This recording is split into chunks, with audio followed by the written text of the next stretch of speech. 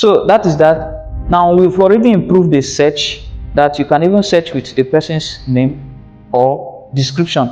So if I am searching for something like hair, and maybe I don't know anybody's name, but I want to just get a hair, right?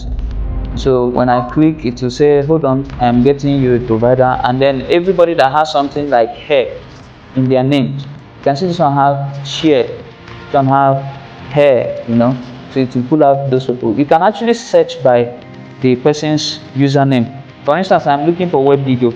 I can type Webgio. Even if you didn't finish it, let's say WebG, right? And then it is going to sieve out all the Mobilegigo Ltd something there, right? So research has been improved over time, and we'll keep on improving it so that it gets better persons. Okay, so I don't think there's any other thing there. Yeah, posting task.